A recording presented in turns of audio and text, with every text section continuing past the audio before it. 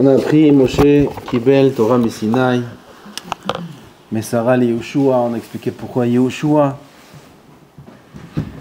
Ensuite Yehoshua les Zkenim les Nevi'im. Transmission de Rav à élève. Unvi'im Sarua le'anshe Knesset Hagdola. Hem amro shlosha dvarim. Il y a encore beaucoup de choses à dire, Nevi'im, mais on ne peut pas trop s'attarder. Il faut qu'on apprenne des enseignements. Evo metunim badin. Anshe Knesset Hagdola. On dit 3 enseignements. Anshe Knesset Hagdola, Rabotai. Anshe Knesset Hagdola. Toutes les tfilotes qu'on fait, toutes les takanot qui existent, tous les dinim des Rabbanan viennent d'eux. Anshe Knesset Hagdola. Evo metunim badin. Ve'ha'amidu talmidim arbe ve'asu seyag la Torah. Premier enseignement des Pirkei Avot. Evo metunim badin. Soyez matoun. Matoun. Un mot bidiouk, qui peut nous le sortir. Le mot bidiouk. Pas patient, pas méticuleux, pas vigilant. Matoun, c'est l'inverse de l'empressement. Posé. Relax. Attends. Modéré. Attentionné. Bref. Ne pas être empressé. L'inverse de l'empressement, c'est ce qu'on appelle la métinout. Et vous, metunim badin. Alors c'est vrai qu'après on parle des dayanim. Mais on va voir que c'est pas d'Afka les dayanim, c'est pas seulement les dayanim, les rabbanim qui tranchent les dinim, ça c'est évident, on en parlera en deuxième étape. D'où on apprend ça? D'où Anshe Knesset Hagdola ont appris ce principe-là d'être matoun badin, de la paracha. Parashat Hashavua, la paracha se termine. Velo ta'alu b'ma'alot al mizbehi. On a à la fin de la paracha le mizbeach au Beth Amikdash, mizbeach, l'autel. Et là-bas, il y avait un kevesh, une pente qui monte. Cette pente-là, il faut la faire comme elle est sous forme de pente et non pas sous forme d'escalier. Lo ta'alu b'ma'alot al mizbehi. Pourquoi? Que la herva soit pas mitgala. Parce que si on monte en escalier, alors il faut faire des pas plus grands. Quand on monte en pente, on peut faire des petits pas. Quand on monte des escaliers, il faut faire des pas plus grands. Et quand on fait des pas plus grands, ça peut être mégalé la herva. La herva, c'est la brite. Si un homme il fait des grands pas, il y avait un me'il comme une sorte de djellaba qui tombait jusqu'aux jambes. Si il fait des grands pas, la herva se dévoile. Et la herva se dévoile sur le misbeach. Misbeach c'est kadosh. Quoi, les kohanim ils avaient rien en dessous. Ils avaient des pantalons. Ou michnese bad, il bash al besaro. Ils avaient un pantalon. Voilà, la herva se dévoile. Quand bien même s'ils étaient couverts, même si la herva est couverte, le fait de faire des pas, c'est un manque de pudeur, c'est un manque de sensibilité à la kedusha. Et la Torah l'a interdit. De suite, qu'est-ce qui est écrit? Parashat Hashavua, ve'ele hamishpatim. Ve'ele hamishpatim, asher tasim lifnehem.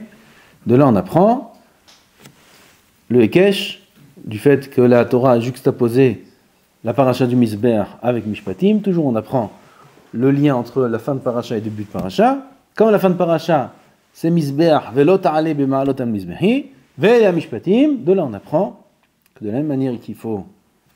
On y arrive. Que de la même manière qu'il faut monter à petits pas, faire attention, il faut comprendre le rapport en vérité. De là, ils ont appris Evu metunim badin. Du fait que la Torah a écrit la Mishpatim à côté du Misbeach, de là, on apprend Evu metunim badin. Et quel rapport? Sur ça, on va parler un petit peu aujourd'hui parce que c'est un point très important qui concerne vraiment pas que les dayanim. Il y a une Gemara dans Brachot, Kaf. Vous avez fait Daf Kaf, Rabbi David? Hein? Kaf, vous avez fait?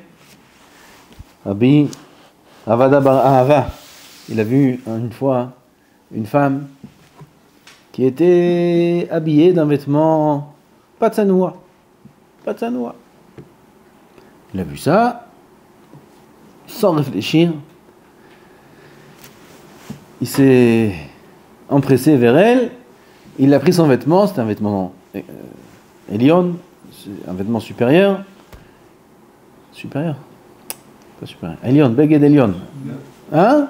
Il y avait plusieurs vêtements, il y avait un manteau, une sorte de manteau, une veste. Lui, il l'a pris, il l'a déchiré. C'est pas de tsanoua. Elle est restée tsanoua, c'est pas qu'elle, c'est pas de tsanoua, il y avait des parties de son corps qui n'étaient pas couvertes. C'est encore pire s'il déchire. Non, c'est un beged pas de tsanoua, il était rouge, il était pas digne d'une bat Israël. Ce vêtement-là, et Ravad Abarava, il a vu ça, il s'est empressé, il a été dit tout de suite, sans réfléchir, il a déchiré son vêtement. Mais il s'est avéré que c'était pas une juive. C'est une Goya. Ouah, Goya, Beddin, Bet Mishpat, elle l'a attaqué, et ça lui a coûté 400 zouz. C'était un vêtement pas ordinaire, c'était une des marques qui marche bien aujourd'hui. Et un vêtement de marque, ça coûte très cher. Comme tout le monde sait, pas que ça vaut quelque chose, mais c'est comme ça. Ça coûte très cher. Effectivement, il a payé ça, Arba Me'ot Zouz. Arba Me'ot Zouz, c'est la paye moyenne de 2 ans de travail. Ça coûte très cher. Arba Me'ot Zouz. Et à dire Avad Abarava, Matoun, Arba Me'azouzé. La métinout, la patience, pas patience, mais de ne pas s'empresser, ça coûte 400 zouz. Matoun, Arba Me'azouzé. La métinout. Parce qu'en vérité, ce qui fait fauter l'homme, c'est la pzizout. Pzizout, c'est l'empressement. La source de toute la faute chez l'homme, c'est l'empressement qu'il a à agir. Il ne réfléchit pas, il agit avant de réfléchir. Ça s'appelle pézizout. Où on voit ça? Réhouven, qu'est-ce qu'il a fait comme faute, Réhouven? Il a inversé les lits. Il s'est mêlé, c'est grave a priori, il s'est mêlé des lits de son père. Il y avait le lit de la Shifra dans la tente de Yaakov. Et lui a dit, comment ma mère Léa, elle va être moins qu'une Shifra? Il n'a pas pu accepter. Et il a pris le lit de Léa, il a sorti le lit de la Shifra, c'était la Shifra de Rachel, c'était Zilpa. Il a sorti le lit de Zilpa et il a mis le lit de sa mère Léa à la place. C'est grave? Non, c'est pas grave du tout.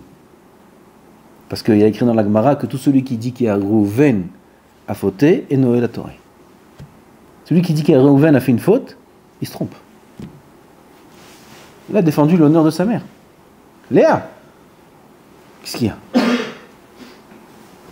Il n'aurait pas dû agir comme ça, oui ou non, peu importe. En tout cas, Hazal nous dévoile qu'il n'a pas fauté. Alors pourquoi Réhouven il a été tellement réprimandé sur cet acte? Alors, regarde dans les klalotes, c'est quoi les klalotes qu'il a maudit? Dans les brachot qu'il a fait Yaakov, alors il a parlé de chacun des Shvatim, et quand il arrive à Réhouven, qu'est-ce qu'il a dit? Pahaz kamaim altota. Pahaz. Pahaz, c'est pézizout. Pahaz, c'est l'empressement. Pourquoi, Réhouven, tu t'es empressé à agir de cette façon? La faute, c'est pas l'action.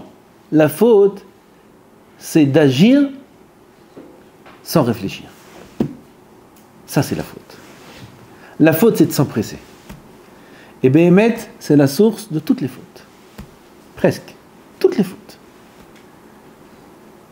Comme c'est écrit dans la Gemara, hier, on m'a dit, la rabbinite, elle me dit, dis-moi, c'est vrai qu'il y a écrit dans la Torah que quelqu'un qui veut faire une avera, regardez les gens, comme ça on lui a dit, quelqu'un qui veut faire une avera, alors il peut. Il va dans le désert, il s'habille en noir, et il faute. C'est vrai ça? D'où tu m'as sorti ça? Je n'ai pas dit que c'est la Gemara.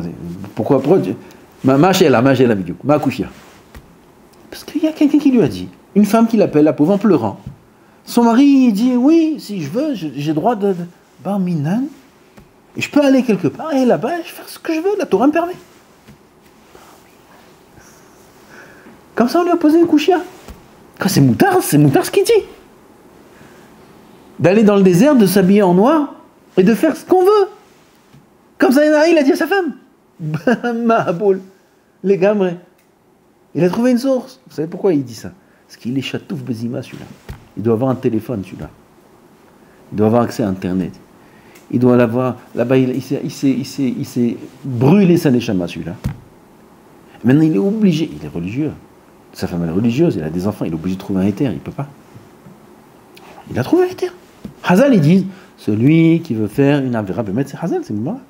Celui qui veut faire une avéra, quoi, c'est une Gemara. C'est une Gemara. Il bâche chorim.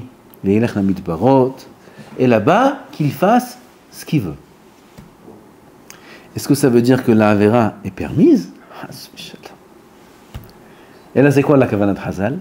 C'est bidou ce qu'on dit ici. Tu veux faire une Avera? Pas de problème. Attends, pas tout de suite. Habille-toi en noir. Nous, aujourd'hui, on est tous habillés en noir.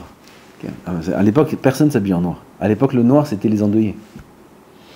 Ça n'existait pas les vêtements noirs aujourd'hui. Aujourd'hui, c'est les shhorim, on nous appelle les noirs. Chapeau noir, veste noire, tout noir. Bon, Hachem, la chemise, elle reste blanche. Enfin, le noir, c'était avant, personne ne s'habille en noir. Alors qu'il s'habille en noir, déjà, en tant qu'endeuillé. Qu'il sache qu'il fait partie d'une catégorie de gens qui sont morts. Il s'habille en noir. Il va dans le désert. Va dans le désert. Il va jusqu'au désert. Et là-bas, dans le désert, il va daï qui fera tchouva. Il n'arrivera jamais dans le désert. Pourquoi? Parce qu'à partir du moment où tu t'empresses pas, tu fautes pas. Si tu t'empresses pas, si on s'empresse pas, on faute pas. Si on se laisse un temps avant la faute, un temps avant l'action, un temps avant la décision, on prend la bonne. On prend la bonne décision. Juste, il faut être matoun. Matoun, arba me'azouzé. Et c'est ça qu'on reprimande à Réhouven. Pahaz kamaim altota. Pourquoi tu t'empresses? La sota, tout le monde sait c'est quoi la sota. Elle et lui. C'est la avera de Harayot, la avera qui est très grave dans la paracha, c'est une paracha très grave dans la Torah. Sota, à tel point qu'on efface Shem Hashem. On efface Shem Hashem pour déceler la faute de la sota, est-ce qu'elle a fauté ou pas? On efface Shem Hashem. Et c'est la Avera de notre génération. Arayot, Znout, tous ces inyanim là.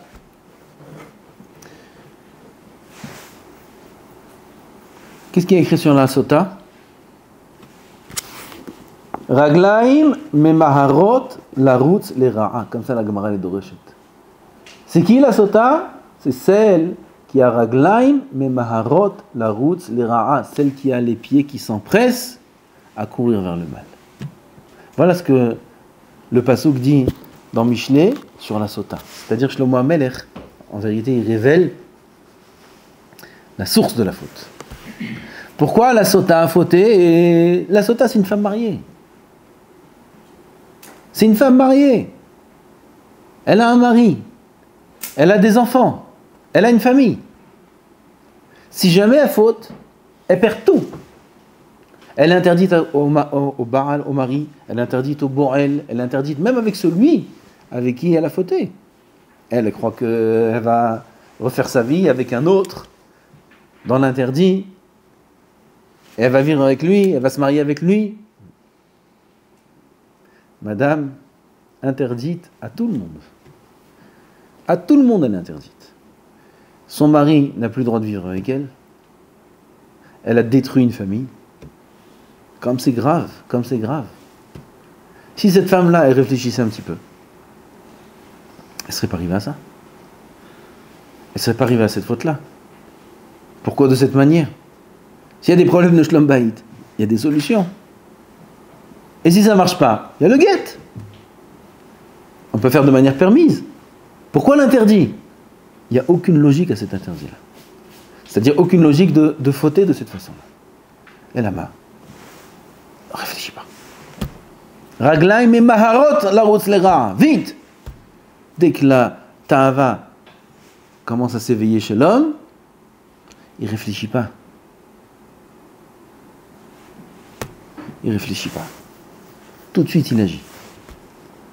Ça, c'est l'amida de la métinoute. Combien est important l'amida de la métinoute? S'habituer dans chaque chose à être matoun, à réfléchir.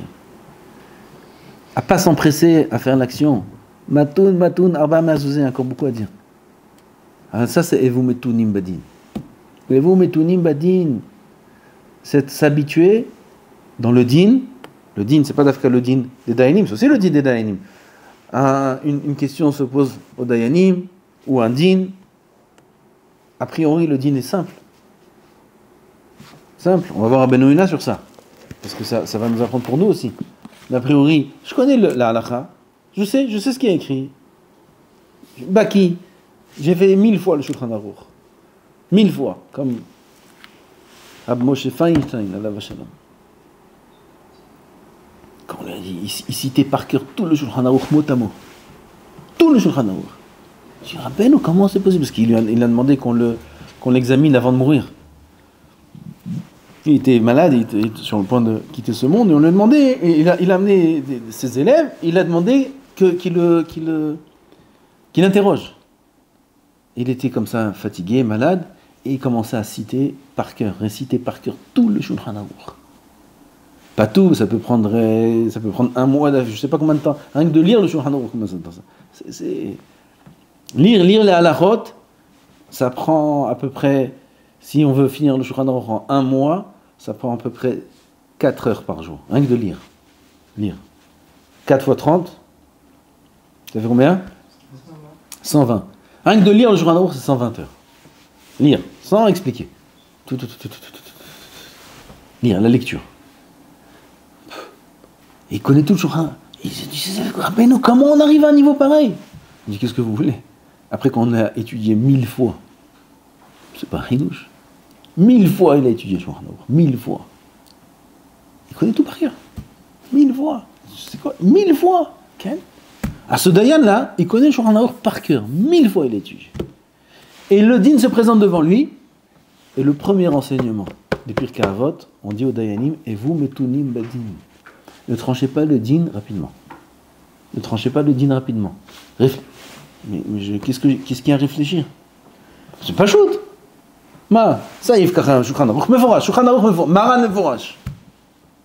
Comme bien même. Doucement. Réécoute. Réfléchis. Matoun, léat. Une fois que tu as réfléchi, tu as bien répété dans ton esprit les arguments, tranche. Même si tu as l'air évident, réfléchis avant de trancher. C'est le din. Pareil comme un homme, il se fait son din à lui-même. Il fait son din.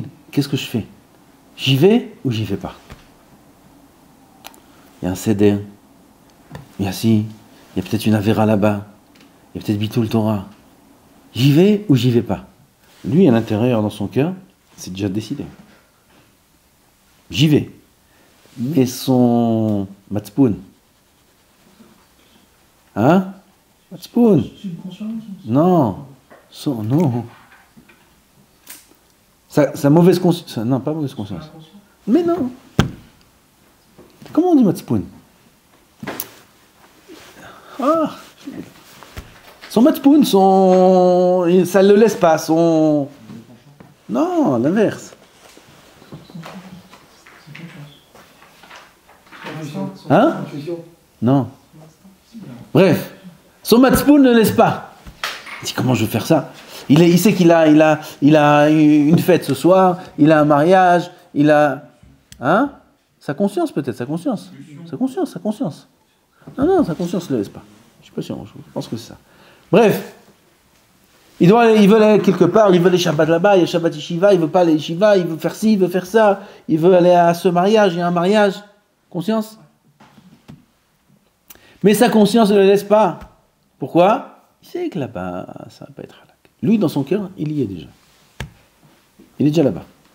Sûr. Alors maintenant, soit il décide tout de suite, il tranche le din, comme ce Dayan-là, tout de suite. Ça, c'est pas chaud, ça, dans ce cas-là, pas chaud, j'y vais. Soit il est matou. Attends, je réfléchis. Attends, je demande au Rav. Attends, je fais une action qui me fait freiner. Avant de décider, je fais quelque chose qui me freine. Qu'est-ce qui va me freiner si je vais demander? Si je demandais, je sais ce qu'ils vont me dire. Je sais ce qu'ils vont me dire. Je sais ce qu'il va me dire le Rav. Le Rav va me dire non. Alors là, il y a dans son cœur l'empressement encore pire, parce qu'il veut vite le faire avant qu'il ait l'occasion de demander. Quand ça, c'est fait. C'est fait, je suis plus là, voilà, j'ai disparu. Ou bien, non, il va être matoun. Il va se laisser l'occasion de faire le bien. Il va se laisser la possibilité de faire le bon choix. Et il va faire une action. Je donne un exemple, demander au Rav, prendre un livre de Moussa, étudier un petit quart d'heure avant. Un petit quart d'heure avant, il va étudier. Il dit, je ne suis pas sûr, en vérité je suis sûr que c'est pas bien, mais je ne veux pas m'empresser. Je ne veux pas m'empresser tout de suite à sortir, à aller faire ce que j'ai à faire, alors que c'est en plein céder, c'est en plein... Je donne des exemples qui ne sont pas forcément ceux-là. Il va être matoun, il va mettre un frein. Je vais demander, je vais étudier, je vais prendre un pérec de Télim, je vais lire un Télim. Hop, il s'est mis un frein. Ouh. Celui-là déjà, il a gagné d'office le Yetzer Hara. C'est sûr que le choix qu'il va faire va être le bon. S'il est amiti, s'il est vrai, il est franc, il sait que il est